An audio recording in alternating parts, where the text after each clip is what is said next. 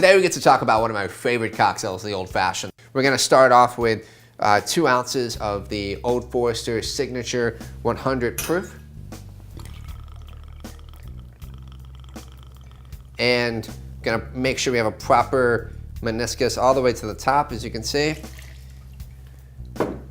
And then we're going to add just a teaspoon of 2-to-1 Demerara syrup. The 2-to-1 Demerara syrup is the secret sauce, if you will. Demerara syrup is a rich, simple syrup that's 2-to-1 ratio. You're gonna wanna cook it over the stove and let it reduce ever so slightly, and it's gonna create kind of a thick, dark syrup, as you can see here. We're gonna use a teaspoon to get that out. This sugar syrup is gonna be the element that brings everything together. It is like the glue of the cocktail. It's not necessarily there to make the cocktail sweet, it's to bind the bitters, bind the whiskey together to push forward the flavor. So then we're gonna add in Angostura aromatic. You can add any type of aromatic bitters. As a matter of fact, you can add any type of bitters you want. Classically though, you think of an aromatic style. You can mix different types of bitters. You don't have to have it in this fancy dropper bottle. You can use the Angostura aromatic bottle that you're used to, but this particular bottle is just a fancy decanter that you can buy and use. But we're gonna add 1, 2, 3 dashes. One of the things you wanna make sure whenever you're using it from the dasher bottle or just from the regular bottle it comes in is to make sure that you do 2 healthy dashes. Don't be scared of it. It's really gonna add the flavor that you want in this final drink.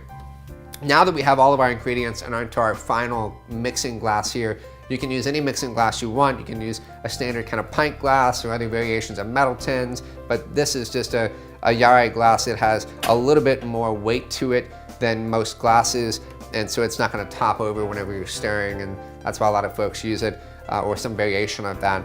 You wanna also make sure that all of your liquid, as you can see here, is added to the glass first before you start to build the drink. You don't want to add ice to the mixing glass and then add all your ingredients, because it's like turning on that stove and kind of walking away from it. You want to really control your dilution. So now that we've got all of our liquid in, we can add ice. Depending upon your ice is going to depend upon how long you stir, how much you stir, the veracity of that. So think of it like heat on a burner. If you're up and on, you only can cook at a super high heat, then you want to be very mindful of how you're cooking that that dish or that piece of fish, etc. In this case, we have a very large ice that we're using, which is the cold draft ice, which is like cooking at a low heat. The temperature is low and we can kind of get it going and we don't have to move so fast. Now that we see this, we see it chilling down, I can feel it. We're gonna taste the drink. It needs a little bit more dilution. What you want to make sure is that you taste it as you go. You don't want to stir a lot and then taste. You know, you can always add more dilution, but you can't necessarily take it away. So be mindful of that. Now that we've got it to where we want it to be, I can kind of see visually. I kind of know exactly that's what we're looking for. Then we're going to add in ice to our old-fashioned glass, single old-fashioned glass, and we're going to pour this off. This glass is actually the perfect fit for a single old-fashioned. The next step is garnishing. Now, you've seen all kinds of different garnishes, I'm sure, for old-fashions. You've seen cherries, you've seen the sugar cube, you've seen them add in soda water to kind of fill the glass.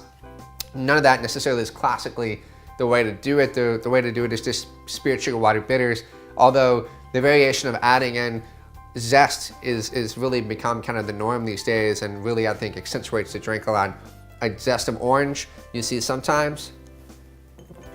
Sometimes you see a zest of lemon, but it's my theory that the mixture of the two really add the pop and the sweetness that you're looking for in this drink.